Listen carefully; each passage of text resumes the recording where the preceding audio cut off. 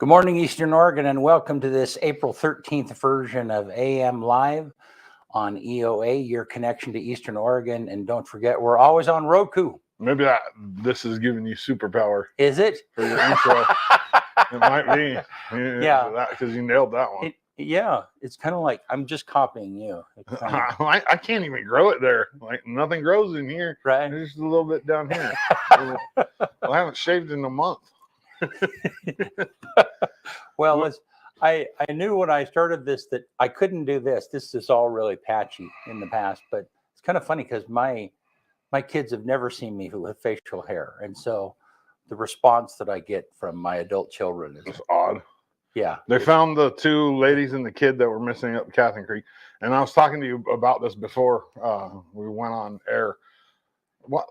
I don't understand why we don't have their names. Like, if I'm missing, tell people that. Yeah. Please. Yeah. You know what I mean? Like, I think it's important, like, to know who we're looking, you know, especially in a small community. Like, they could be just not wanting to talk to certain people and right in town. You could have people sitting there looking for them for 3 days, and Joe Schmo's known where they were at for those 3 days. You know what I mean? Like, yeah. Well, on the same hand, you know, I don't know why we'll have Jason on not too long. Well, it's not a secret. They released their license plate, so you can find out who it is. I mean, real easy. I don't know how to figure out who it is with their license plate number, but the point is that if something really bad had happened and all of the family was not alerted, then I don't know. Yeah, I have no idea. I think in cases of people missing, you got to let people know who it is. Yeah. I mean, it's just. So did you hear it? What were there any details about what did happen? No, just said that they got stuck in the snow up Catherine Creek. Oh. 2 women and a 3-year-old, and they're fine now. I mean, good. Somebody heard it on the scanner, and then I got an email from Jason like 10 minutes later saying, "Oh, good, everything's good," which is good. Very good. That's the ideal. Well, yeah, it's like whenever 3 people like that in close and their phones stop working, or there's no cell contact or whatever. That's always scary. Yeah. So good stuff. All right, let's rock some sports. Yeah, all right. Let me get to it. Here we go.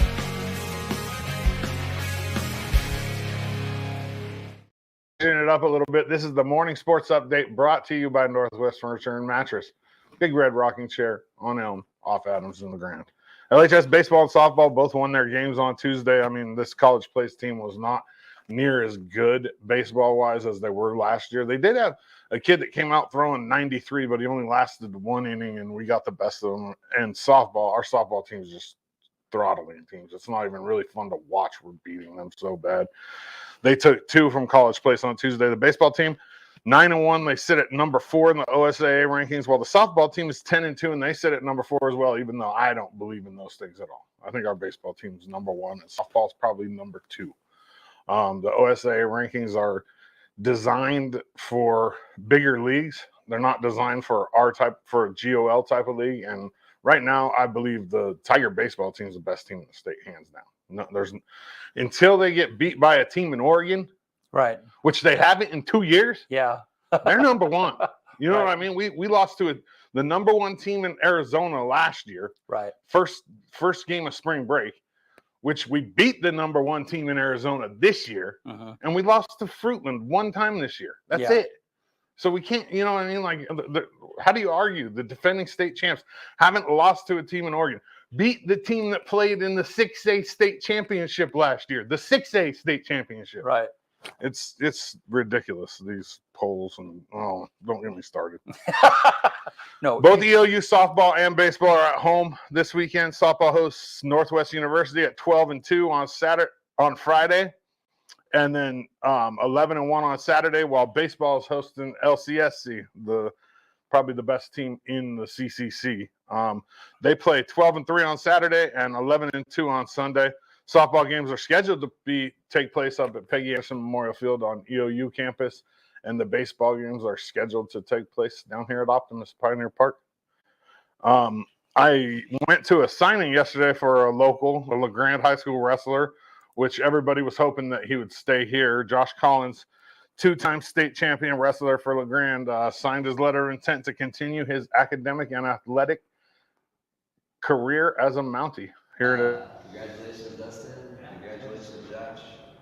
Hey, super excited for Josh to have Tigers rolling up at Mountie Nation now. So we're gonna have a few Tigers around up here this next year, and with him and Parker and Braden, and super proud of him. I think Dustin's getting another great wrestler, but even just a greater person. I feel like who's someone who does really well in the classroom, gets really good grades, and just kind of all around. So it's gonna be exciting for Josh. So super excited for him. Yeah, we're super excited to get Josh here on board. That's kind of been a goal from getting here when I first got onto the job, was to start to get a stranglehold on Eastern Oregon wrestling. Claude's done a great job with his program. We're finally starting to produce some guys to get in there to our level. Claude's done a great job of getting guys ready. Him and I are on the same page when it comes down to what we want. Like you said, great people is what we want. So from great people, great grades, and then it all kind of carries over into great athletics as well. And so that's what we're looking for up here at EOU. We're excited to get him on board. So we'll make this short and sweet. What does it mean to be a Mountie? It's great. Mount Up. I love this college. I've always loved it. I love the environment around it. I love the kids that come here. The coaching's great, and I just can't wait to be a part of it. Last thing today, LeGrand High School baseball and softball play host to Ontario. The games are scheduled for 2 and 4 p.m. with the softball games at the Doug Trice Memorial Community Field and the baseball games at Optimist. We'll see what the weather does. We never know, but hopefully we get those games in today. That's your morning sports update brought to you by Northwest Furniture and Mattress right here in LeGrand. Go see the Daggett family. All righty. Well, speaking of weather, let's look. There's the weather cam outside. It was kind of crisp this morning, cold. Yeah, there was snow on my car. Yeah, it was. Yeah, it was chilly. And here's just no, is that today? That says Thursday. That does not look right. No. I did one. Here it is. Here we go. Sorry. Thursday, 7 a.m., mostly sunny. Let's see what we're going to get through the weekend. Some snow. Yeah, it doesn't look good. No, so it just is. That's almost as good as Gabe. Yeah. Well, close. Except it's not accurate. I mean, yeah, it's just about there, except that just, that Gabe pretty consistently, he hit the mark locally. That was the. I think he might have talked about Grapple today. I feel like that was. Did he would have? Yeah. I don't know. So yeah, if you're watching Gabe, hey, we're thinking about you. He had surgery earlier in the week, and hope that he gets well soon. So, all righty, let me get back to my. Sorry, just a little messed up here. So today we have 2 guests, and our first one is Patrick Hemann from Union County Transit Department, the local bus station. The bus route here in LeGrand in this area is going to be changing, and he's going to be with us in just a minute. Talk about that.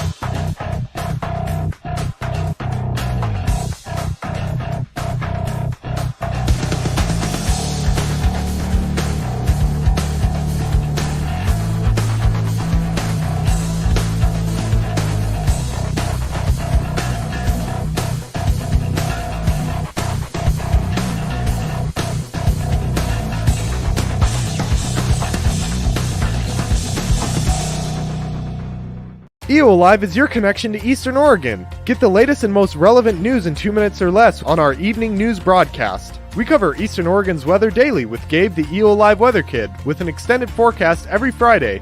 Watch Dodzy on EO Live Sports to get the latest sports information and interviews with local coaches, athletes, and more. See Brent and Dodzy goof and gaff with local guests on EO Live's morning talk show, AM Live on EOA. We're available across the board, including Facebook, YouTube, Amazon Fire, and of course, our very own website, eolive.tv. We even have our own Roku channel with 24/7 live stream EOA content. You can also listen to our shows on Spotify, Apple Podcasts, Amazon Music, and many other popular podcast apps. You can get everything all in one place with the EO Live app, available on Android, iOS, and the Amazon App Store. EO Live, your connection to Eastern Oregon.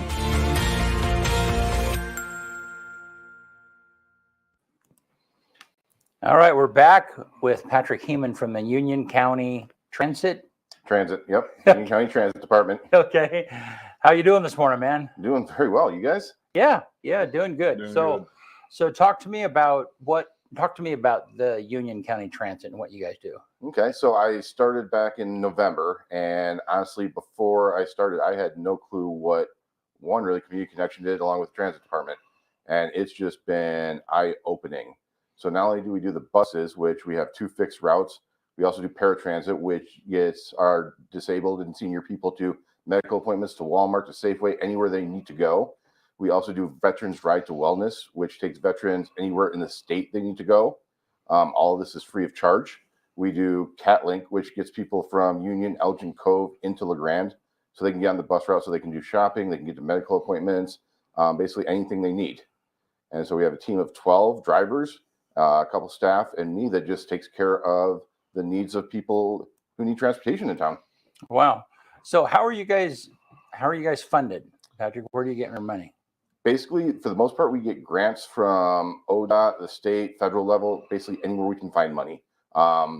We are a penny pinching firm, but we look to see where we can find the money. But we also get it's called brokerage, which is Gobi. So we have Medicaid. So we take rides that we bid on, and that gets people to appointments in town or to, again, the Tri-Cities, Walla Walla. And we do receive revenue for that, which is our matching funding, which helps with the ODOT grants. Okay. And so then, and also part of it is this terminal is also the main place for the trailways or the big bus that connects. I don't know who does that now, but you know what I'm talking about. You're the bus terminal also. We are home for Greyhound, Okay. which arrives twice a day. One at 11:20, which goes to Portland, and then one at 4:40, which goes to Boise. Okay. And then we also have the Kayak, which takes people to Pendleton. And we also Community Connection does 2 different buses on different schedules that will take people up to Wallowa or Baker. Okay. So we're just a transit hub for Union County. Cool. The one from Pendleton, I'm assuming, is for the casino. Takes you It takes you to the casino, but it also takes you other places in Pendleton.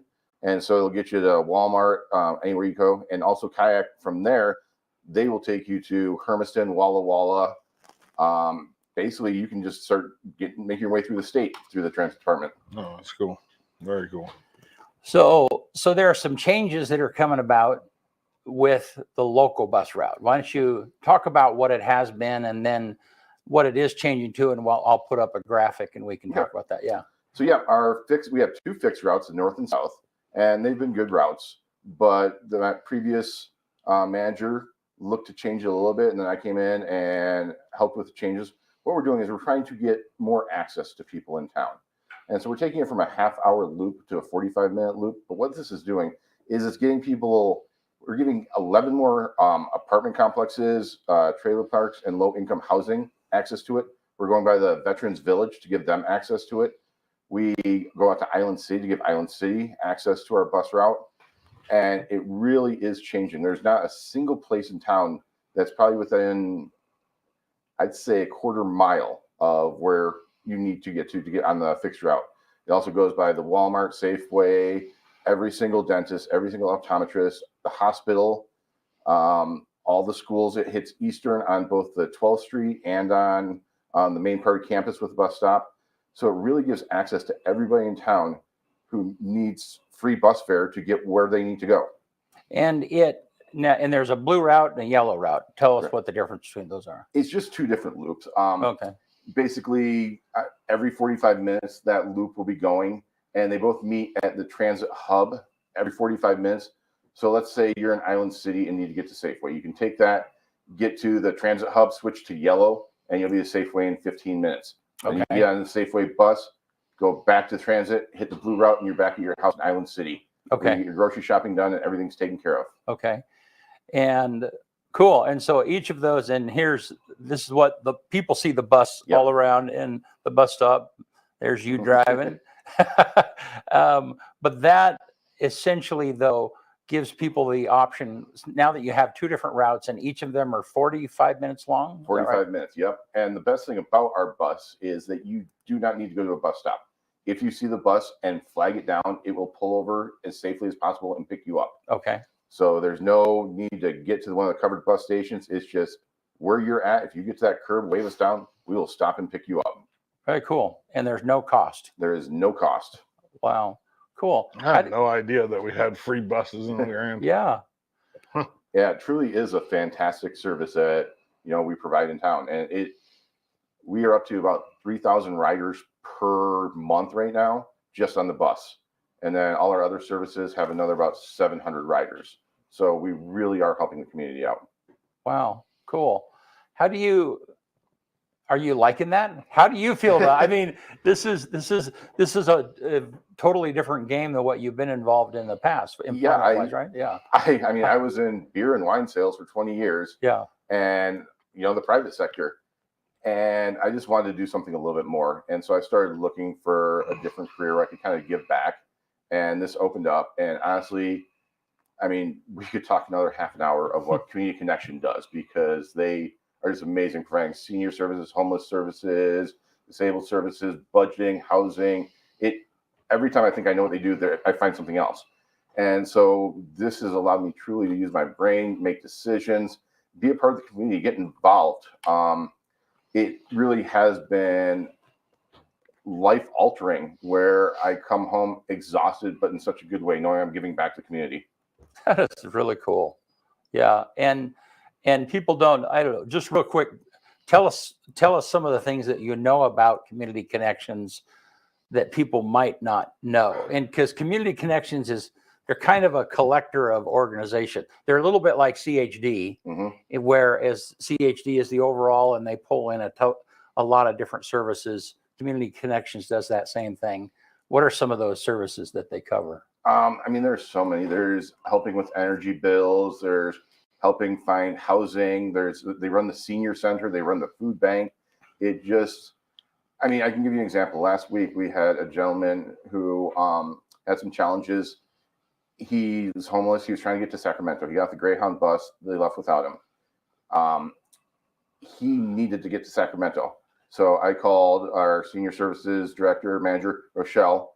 She came over. She helped him out. She got him a Greyhound bus. She got him a hotel because the Greyhound wasn't there, and made sure he was taken care of. And it just, like I said, it's the way the team comes together to help anybody out. It makes me so proud to be a member of this community. That's very cool. So where's home for you originally? Where did you grow up at? I am from a small town called Midland, Michigan. Oh, wow. Yep. Then I moved to Grand Rapids, which was a city of around 1 million people. Then decided to come out west and moved to LeGrand. Honestly, I could not wait to get back to the city. But the longer I've lived here, the more I've just fallen in love with it. Then I met my wife and just got involved with the community. It's amazing. I'm never going to leave. The community is so wonderful. I just was voted on the Island City Council, so I'm getting involved in local politics, which is just amazing to see what a small town can accomplish. You really have a voice in a small town, where in the big city, you're just there. Yeah. Yeah. No, I moved here from Seattle 25 years ago, and that's the big thing, is that you can make a difference. You can, your voice can be heard, or your concerns, or whatever the case might be. So, yeah. My brother's a chef in Grand Rapids. My youngest brother at a brewery. Yeah, he moved from here. He did the opposite. He went that way. Wanted to get away from. Well, and Scott McConnell and those crew. They're all from Detroit. Yeah. No, they're from Alpena. So okay. There you go. We always do the Michigan thing where they're from up here. I'm from here. So, yeah, there's another guy at the university, Dr. Dan Costi. He's from Kalamazoo. Michigan people are taking over the town. They still don't have a good football team, though. It's rough. Yes, it's very rough. But, Central Michigan University is the Harvard of the Midwest, so I'm proud to be a Chippewa. So, yeah. Awesome. That's very cool. Well, thanks so much. And so give one more time. Give me the scoop on the way the bus route is changing. Okay, so what's going to happen is on April 28th, we are going to have a public ride along at 1:45. Then we're going to have a public meeting at 3 o'clock where the public can just see what we're doing, voice their opinions. And then on May 30th, which is a Tuesday, the day after Memorial Day, we're going to switch the routes over, and we're going to go to a 45-minute loop where we involve, basically we're giving access to 2,000 more people in town, access to the bus route. Very cool. All righty. Well, thanks for doing this, and thanks for joining us this morning. Oh, thank you so much for having me. Yeah, I you really bet. appreciate it. We'll be right back. Wally Waller from LeGrand Rotary is here with us to talk to us about the LeGrand cleanup day that's coming up. So we'll be right back.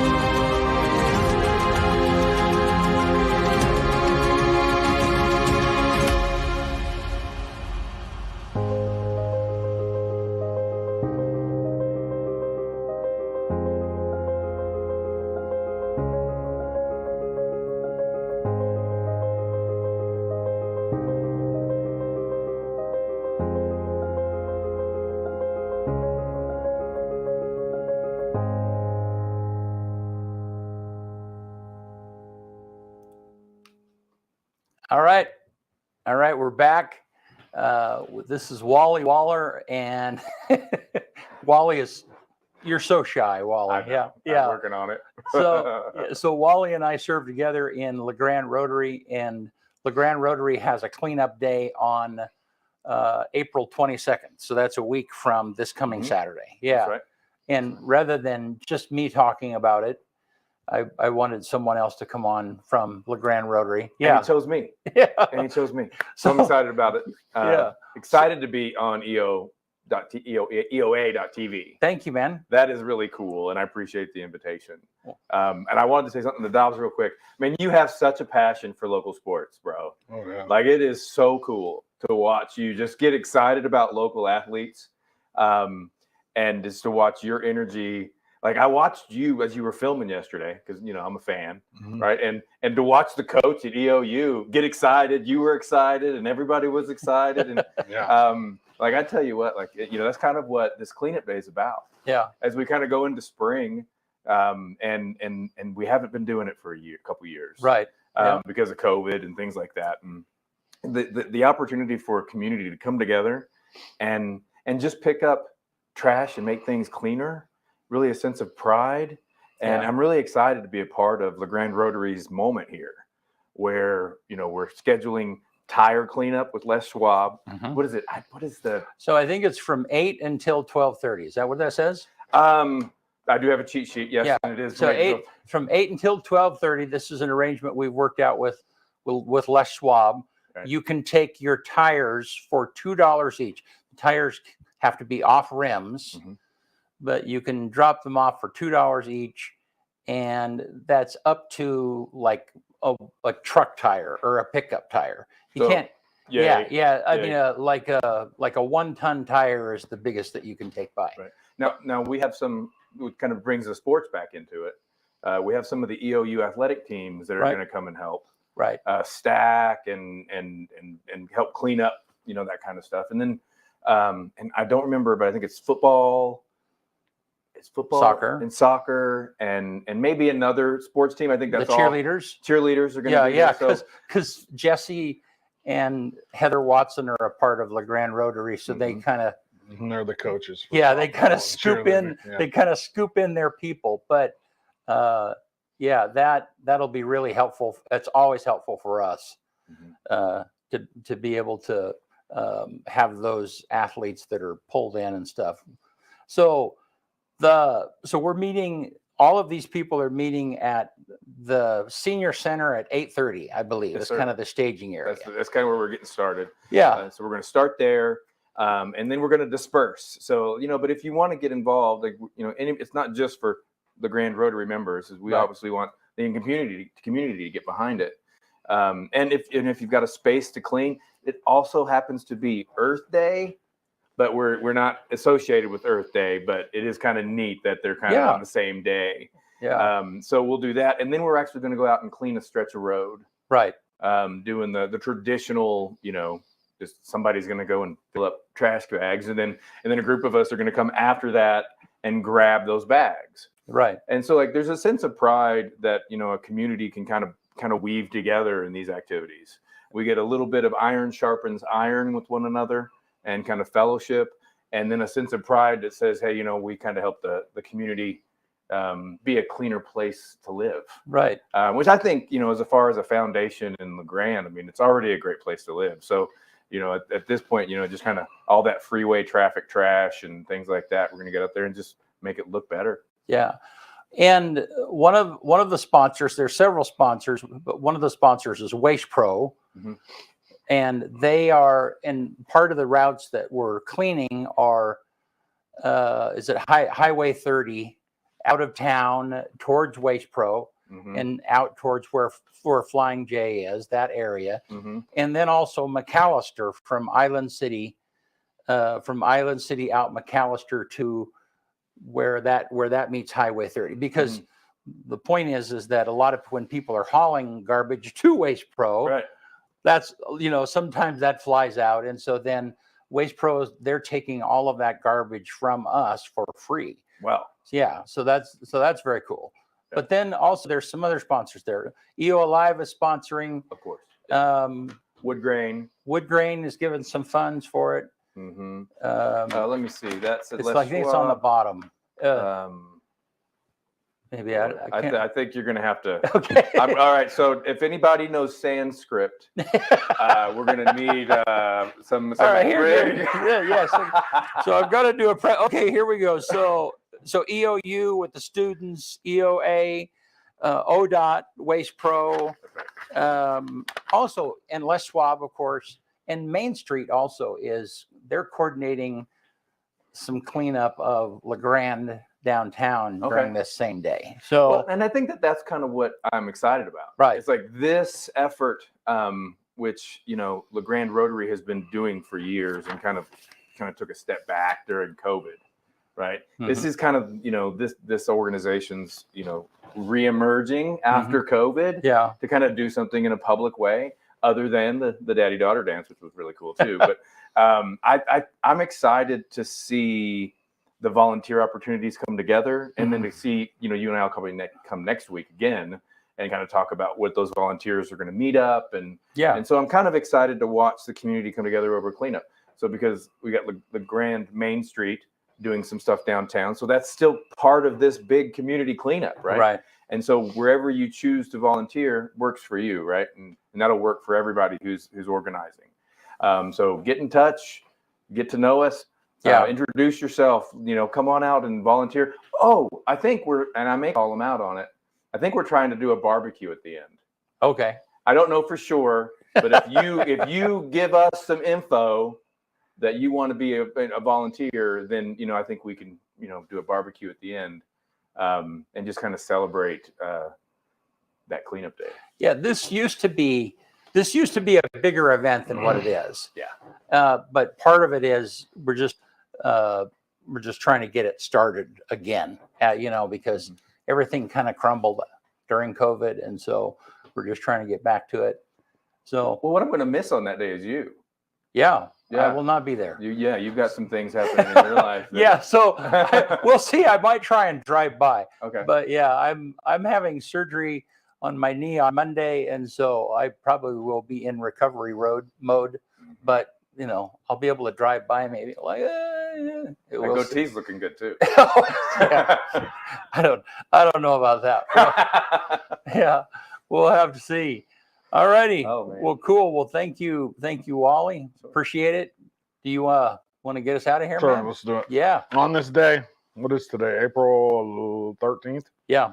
April 13th, the very first Pony Express rider reached Sacramento, California, and that's 1860 on this day. Wow. Yeah. 1861, after 34 hours of bombardment, Fort Sumter surrendered to the Confederates, which that's the Fort Sumter Battle of Fort Sumter, 34 hours of What year was that? 1861, right? The year after the Pony Express. 1943, FDR dedicated the Jefferson Memorial in honor of former President Thomas Jefferson. 1943 on this day. 1970 on this day, Apollo 13 announced, "Okay, Houston, we've had a problem here as Beach-built oxygen tank explodes en route to the moon." I at the time I didn't even know about that event, but that the movie Apollo 13 was just amazing. Yeah. Yeah. 2019, the world's largest plane by wingspan, 385 feet, the Strato launch, built as a flying launch pad for satellites, takes its first flight from Mojave, California. And when I was in college, I lived in the high desert, so I got to see. That kind of stuff. The hotel that I worked at was a bunch of Lockheed guys, and so yeah, you got to see the B-52 fly over every once in a while. But that would have been cool. That's a big plane. Yeah. Number one song in America on this day. What year? 2013. I had to go all the way to 2013 because we're just running out of stuff. It's unfortunately, which kind of is not very fun. Pink. Give me a reason. So 2013, number one song in America. And then my quote for the day is a wooden quote. There it is. Things turn out best for the people who make the best out of the way things turn out. Things turn out best for the people who make the best out of the way things turn out. John Wooden. All right. Yeah. Good. Baseball and softball today, 2 and 4. Doug Trice Memorial. I don't know exactly what they're calling that. I think it's Doug Trice Memorial Community Field. Okay. And then Optimist, of course. And they're playing Ontario? Ontario. See, and that's good. Thank you for saying that again. Awesome. 2 All and right. 4 p.m., weather permitting. Yeah. Yeah. Wally, thank you for jumping Wally. in with us this morning. Yeah. And yeah, maybe we'll hit this again next week. Okay. Maybe in a I'd little, love to. and you and I will be a little bit more organized. So See you on Tuesday. We'll All have right. a little bit more details. yeah. All right. Thank you all.